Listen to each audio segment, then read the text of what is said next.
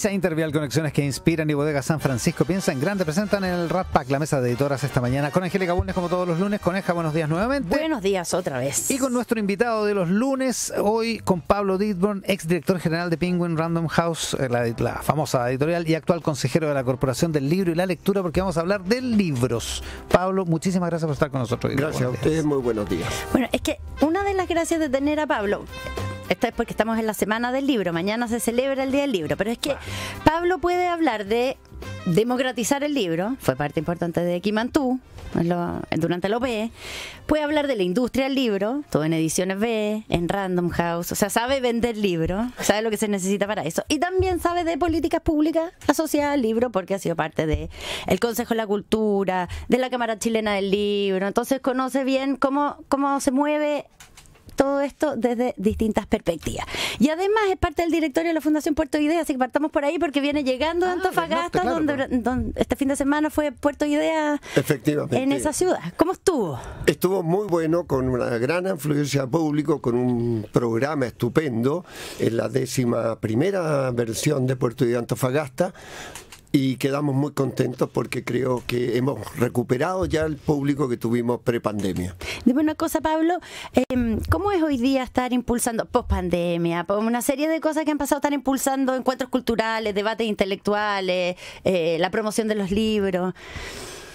Bueno, es difícil como ha sido siempre, en general no todos los medios tienen una apertura y un espacio para el mundo de la cultura y menos para el mundo de los libros, pero lentamente, porque yo creo que en general ha crecido en Chile la lectura, la venta de libros, la cantidad de editoriales, a pesar de que es un ambiente muy quejumbroso y que se maneja sin estadística, una industria que no tiene información que obtenía sistemáticamente y permanentemente en el tiempo, de tal manera de poder a partir de ahí elaborar política. ¿Y cómo se sabe que ha crecido? Porque parecería todo lo contrario, digamos, a raíz de lo quejumbroso. Bueno, yo creo que las quejas tienen que ver con una especie de pedido de ayuda a fondos estatales en general, cosa que a mí por lo menos me parece, por decirlo menos, un pequeño abuso. Y se sabe que ha crecido porque las cantidades de ejemplares que venden y de títulos que se publican y la cantidad de librerías que hay son cada vez mayores. O sea, el fenómeno Harry Potter de hace unos 10, 12 años a esta parte metió, no sé, 200.000 libros a la lectura en Chile, y libros de 600, 800 páginas, 7 tomos. Esos chicos, después de esa cantidad de libros, seguro que adquirieron hábitos lector. Así que, bueno, las tiradas hoy día de las editoriales de grandes autores son mucho más grandes. ¿Qué es una tirada grande en Chile? Así como de un gran autor. Bueno... yo creo que Jorge Baradit batió muchos récords, muchos récords. O sea, Jorge debe haber vendido el tomo 1 120.000 ejemplares. De esos libros sobre la historia de Chile, digamos. De esos libros sobre la historia de Chile. Como las historias ocultas. Claro. Isabel Allende sigue siendo naturalmente la gran, pero las ventas de Isabel Allende son de 60.000, 80.000 ejemplares. Y esta vez me tocó me tocó sentado al lado en la mesa de José Massa. Y José Massa me dijo... El astrónomo que dio charla en Puerto Idea, y me dice, mira, yo de mis 5 o 6 libros, yo he vendido en total unos 100.000 ejemplares. Y he cobrado, me dijo, me dio la cifra de los derechos de autor, me dijo, yo he cobrado 100 millones de pesos. Es un astrónomo que ha cobrado del mundo editorial un ingreso muy agradable, por decirlo menos, ¿no? Ya, o sea, pero por otro lado, Pablo, también ha pasado que... por ejemplo, la Feria del Libro de Santiago, como que ha decaído, como que hay ciertos eventos asociados al libro que como que retrocedieron. ¿Qué está pasando a nivel de difusión del libro? Efectivamente, la Feria del Libro de Santiago hoy día es una lágrima, digamos, da pena. Yo me voy ahora a las 3 de la tarde a Buenos Aires a la Feria del Libro y vuelvo feliz y deprimido al mismo tiempo, porque la de acá, por diferentes factores, el mundo editorial en Chile y la industria es pequeña, sin lugar a dudas, pero estamos divididos en 4 asociaciones gremiales. Entonces, y que es muy ideologizada, con mucha pelea y con ningún ánimo de hacer algo juntos. y le hemos pedido a la actual ministra en una reunión muy grata que tuvimos con ella, por lo menos la Corporación del Libro, que actuara como facilitadora para que estos 4 gremios puedan hacer una importante y gran feria del libro de Santiago. ¿Y? Bueno, quedó muy entusiasmada por la idea, pero pasó ¡Ánimo, ministra! Claro, una primera pregunta que hizo la ministra: ¿y por qué Santiago? Y nosotros que tenemos experiencia, bueno, si vamos a empezar otra vez con, bueno, ¿por qué Santiago? Las regiones, bueno, ¿y por qué de hombre y de mujer? Y empezamos entonces con las identidades, terminamos sin ponernos de acuerdo y no tenemos feria. O sea, yo creo que Santiago tiene una tradición de feria y debería continuar. Ahora, también deben haber ferias regionales, pero la gran feria internacional debe ser en Santiago porque es donde hay más público, sin lugar a dudas. Claro, debe haber una feria en Rosario, en Argentina, digamos, pero lo importante es la de Buenos Aires. Claro. Y ahí está puesta la ficha. Sí, claro. En Bogotá, en Colombia. La excepción, gran excepción, es México, que es la feria importante de Guadalajara, pero ese es un rol de la Universidad de Guadalajara, que es la dueña de la feria. Ahora, acá lo que se ha pasado es que se ha llenado de pequeñas ferias. ¿Suple eso la existencia de una bien grande? Claro, estuvo la Recoleta hace poco en Vitacura. Primavera Libro, está la Furia. Sí, yo estuve en la de Vitacura hace 2 fines de semana. Sí, en el GAM también. Esas pueden seguir existiendo, pero esa feria es inviable si tú quieres traer 5 o 6 autores internacionales. Porque es carísimo, eso lo sabemos por Puerto Idea, que bueno, tuvimos premio Nobel este fin de semana en Antofagasta, un premio Nobel de física ruso, que vive en Manchester. Traer de Manchester a Antofagasta no es tan fácil. No está fácil, está barato no es. Claro. Ya, o se hace o lo hace todo el mundo de los libros junto, o no se puede hacer, digamos, sin duda, tiene que ser todo junto, porque hay que unir a todos los autores chilenos, y la feria debe ser, para mi gusto, no una sucesión de stand que vendan libros, debe tener un programa cultural de excelencia. Eso sí o sí.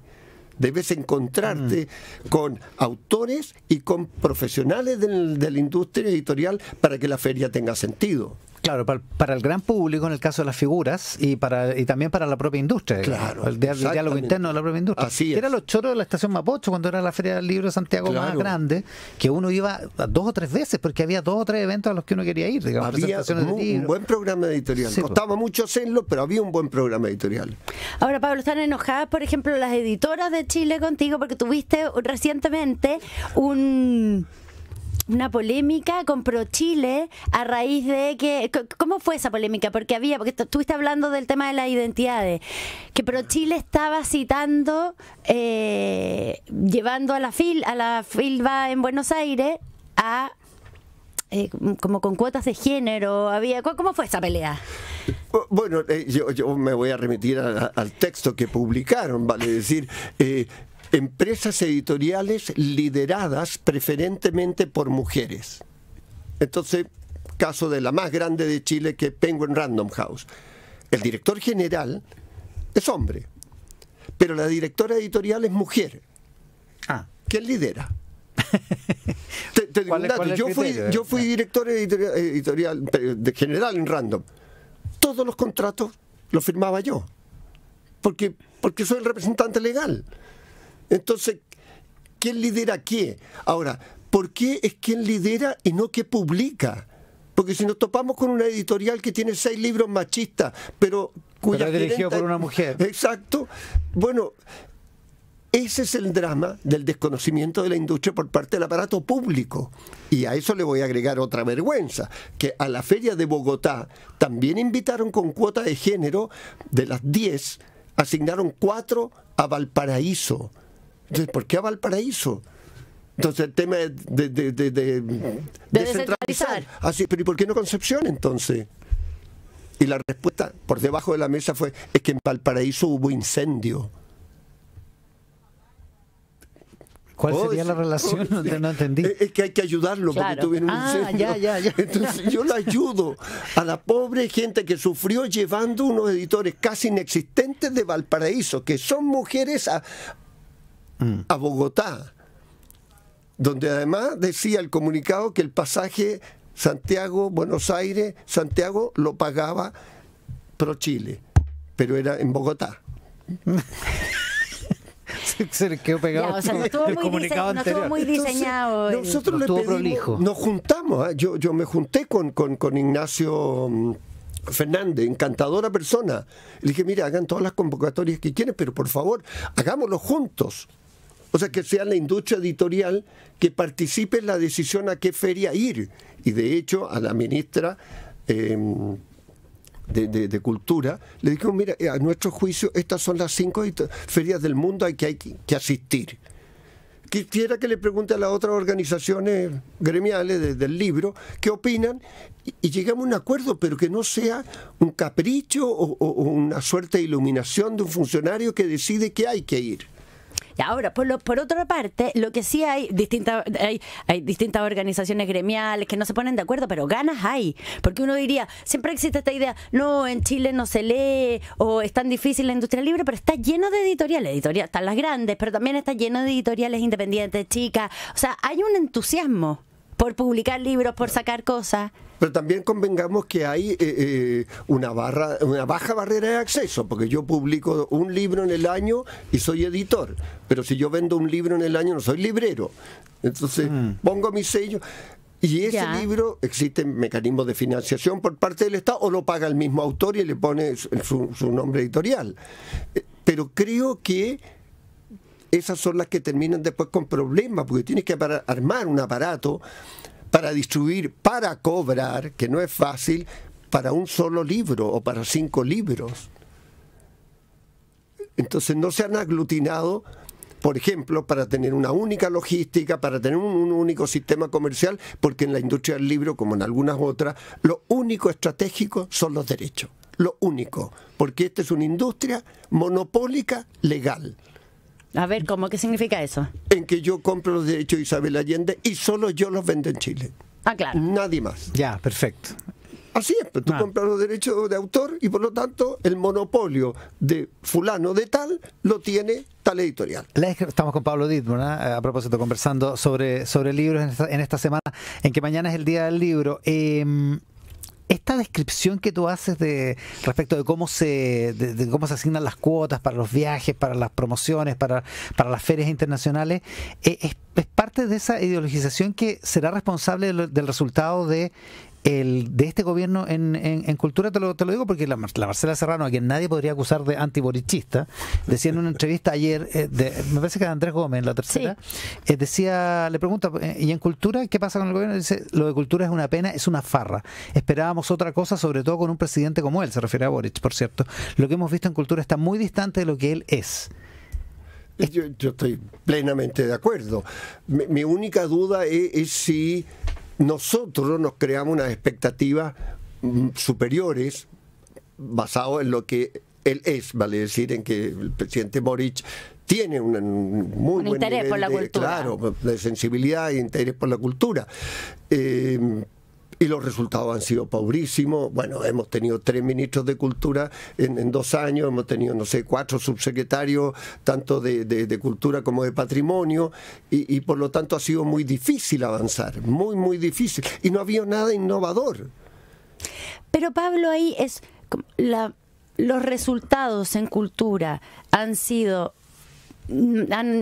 lo esperado o han estado peor de los resultados en otros gobiernos?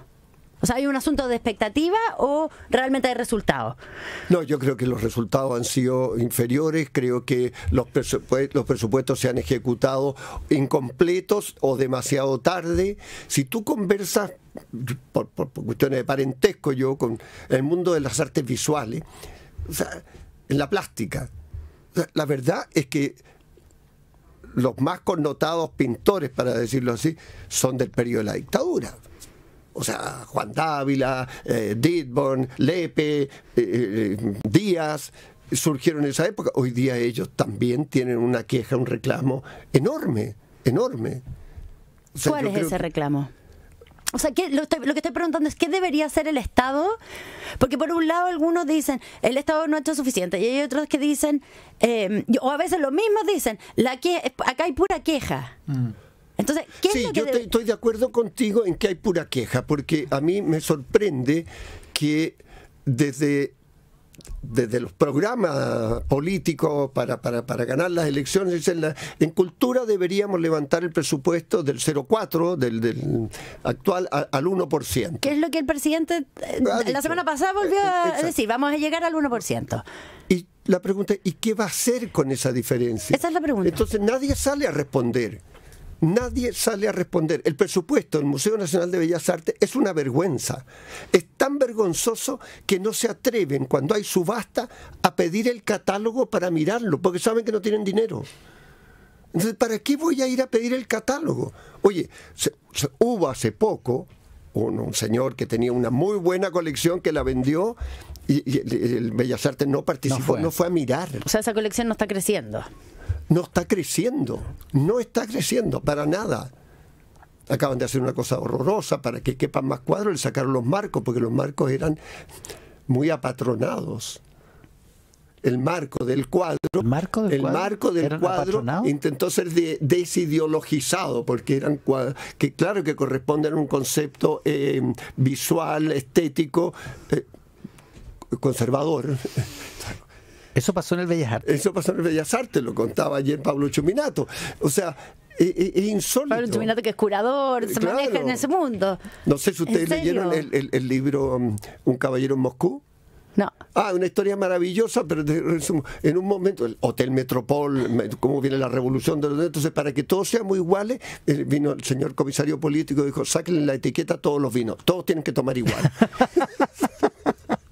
Es buena, es una buena. Pero, ¿por qué pasó esto? Desde el punto de vista de la administración cultural de este gobierno. Porque está un poquito, para ser suave, ideologizado. Un poquito. Sí. Ya, o sea, ese es el corazón. Tú lo atribuyes a más ideología que a inexperiencia, que bueno, además el Ministerio de Cultura es un buque difícil de manejar. Nunca ha logrado como consolidarse como ministerio como tal. Entonces, ¿hay más, crees tú, ideologización o hay más inexperiencia y dificultad de administrar el bote? Yo creo que hay mucha ideologización y creo que hay mala gestión, porque sentarse en una mesa, elaborar una política del libro y la lectura para 4 años sin ningún dato, sin ninguna información de quién lee, qué se lee, cuándo se lee. Hay una frase que se usa mucho: en Chile los libros son caros. Yo me di el trabajo de tomar, es tan sencillo, yo soy un señor muy mayor, poco digitalizado, digamos, pero tú te sabes el nombre de 10 librerías de América Latina y miras el mismo libro, la misma edición, con la misma cantidad de páginas y dices, estos son los precios. Y Chile no era el más caro. Y lo de Argentina, que era barato, tenía la falsedad del tipo de cambio. Si yo cambiaba al negro, naturalmente era barato, pero si cambiaba al oficial, como se deben medir las estadísticas, ya se acabó ya. Y resulta que el único país que era más barato que Chile era México, por tamaño de mercado muy grande, entonces tiraba enorme. Pero si no, es falso. Y no cuesta nada hacerlo. Ya. Y con respecto a nuestro... hablemos un poco de los libros mismos. Ya. ¿Cómo está la producción en Chile? O sea, ¿estamos siendo capaces de producir libros que trasciendan, que los derechos de autor se vendan en otros países, que en las ferias conciten atención? Yo entiendo que no hay registro, ni siquiera en los cuando hemos sido invitados de honor, como Guadalajara 2 veces, de cuántos derechos se vendieron al exterior. Porque hoy día los autores que venden en el exterior actúa como agencia, la editorial, un Planeta o un Penguin Random House, o un agente literario externo. O sea, hay muchos autores que tuvieron en su momento Carmen Balcells, Andrew Weil, algunos, otros Guillermo Chavelson, como Marcela Serrano, y por lo tanto solo lo sabe el autor y el agente. No hay un registro nacional. Y eso ayudaría, pues son datos. Eso ayudaría porque son datos, pero yo te digo que hoy día, y va a pasar cuando vayamos a Frankfurt en el 2027, vamos a llevar autores con los cuales nosotros no podemos negociar. O sea, La Batuta ha editado por Anagrama, que no tiene oficina en Chile, es un distribuidor, pero no tiene oficina. y Anagrama pertenece hoy día a Feltrinelli de Italia, entonces dice, ¿a qué stand voy? ¿A Italia? O sea, si alguien quiere negociar lo de la Batut, tiene que ir a Italia, al stand de Italia. O tiene que preguntarle, oye, ¿quién es tu agente literario? Claro, y a lo mejor no sé quién. El Rafa Gumucio tiene agente en España, no negocia acá. Y digo, por alguien muy conocido, ¿no? Entonces, y ahí empezó la discusión, ¿qué sentido tiene ir a Frankfurt? Ya. Imagen País, dices tú. Sí, por supuesto. Pero para todas las otras editoriales, las más chicas, que no tienen agente y que actúan muchas veces además como en términos de relaciones entre una y otra, sintonías con otra editorial, la de Chile tiene sintonía con la de Colombia con... Y así se van armando unas redes que tienen que ver más como... Con cómo funcionan muchas veces hoy día las cosas que permiten unas interacciones más directas. Para eso, la Feria de Frankfurt, ¿tiene sentido o no tiene sentido? Yo creo que tiene muy poco. Honestamente, tiene muy poco. El que hizo esa red fue ¿cómo se llama? Jorge Ralde. Jorge Ralde tomaba autores que no estaban entre los más vendidos o eran muy nuevos, los compraba para toda la lengua e intercambiaba con polacos, con checos, con búlgaros, con romanos en Europa. Y así se dio y le cedieron derechos de autores y lo supo hacer. Pero llegar solo con 3 autores chilenos, es decir, oye, mira, quiero vender esto, es muy difícil. Yo fui la primera vez a Frankfurt y quedé muy contento, pero yo fui a vender Condorito. Pero por supuesto, claro. pero si había una gran editorial que estaba vendiendo Mortadelo y Filemón de español, ¿por qué no Condorito? Claro, y te digo cuál fue la gran diferencia, que cuando nos sentamos a la mesa, los nórdicos que fuimos a negociar con los suecos, los holandeses, los finlandeses y los noruegos, dijeron, ¿cuántas páginas tienen? Y nosotros dijimos 15.000.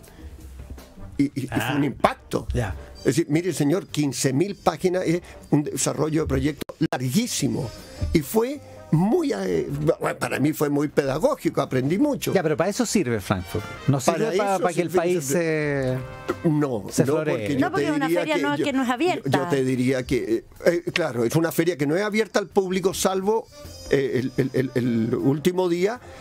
Y cuesta 29 euros entrar, 29 euros entrar, porque aquí nos hemos metido que tiene que ser gratis. Buenos Aires no es gratis, Guadalajara no es gratis, Libre en España no es gratis, pero en fin, aquí la gratuidad va entrando fuerte. Pero lo bueno, te diría que si nos equivocamos en Frankfurt, el daño es infinitamente mayor al beneficio, aún habiéndolo hecho bien. Ese es mi temor. Yeah. Argentina llevó al Che Guevara como exponente literario, claro, porque escribió el libro Guerra Guerrilla y un diario arriba en la cordillera, una cosa así, ¿no? O sea, lo ideologizó brutalmente Kirchner. La última pregunta, pero tiene que ver con otra cosa. Tú fuiste uno de los fundadores de The Clinic y la semana pasada, en una entrevista que hizo Pato de la Paz en el DF+, a la nueva directora Pamela Castro, como que nos enteramos que el Clinic ya no es el Clinic, es otra cosa, desapareció el Clinic que tú fundaste. ¿Cómo fue para ti eso? Fue bastante menos doloroso que para Pato. Para Pato Fernández. Para Pato Fernández. Yo el día que vendí. Se acabó. El duelo, 5 minutos. Porque la situación era horrorosamente grave, muy compleja económicamente, y yo me saqué una mochila que me permitió volver a dormir. Entonces me quedó claro, yo había participado en otras negociaciones editoriales, cuando la editorial Ediciones B, donde trabajé, compró Javier Vergara, y Javier Vergara siguió reclamando que el diseño de portada lo habían comprado. Javier, te compramos, te pagamos, no hay más comentarios. Chao. Ahora, íntimamente y afectivamente y emocionalmente lo que pueda pasar es una cosa, pero yo entiendo que no corresponde decir nada. Lo dije en una entrevista, soy un eterno agradecido a Jorge Ergas por habernos comprado, y lo sostengo. Pablo Dittborn, ex director general de Penguin Random House, consejero de la Corporación del Libro y la Lectura, fundador de The Clinic, director de Puerto de Ideas, esta mañana aquí en Mesa Central. Solo déjame aclarar una cosa que me acordé ahora, que el agente de Benjamín Labatut es chileno. Ah, ya. Trabaja para el mundo, pero es chileno. Es una gente, Adrián Puente. Adrián Puente. Adrián Sí. Puente. Y trabaja internacionalmente. Y trabaja internacionalmente. Pablo, muchísimas gracias por estar con No, nosotros. gracias a usted, un gusto enorme. Feliz día del libro mañana. Sí. Muchas gracias.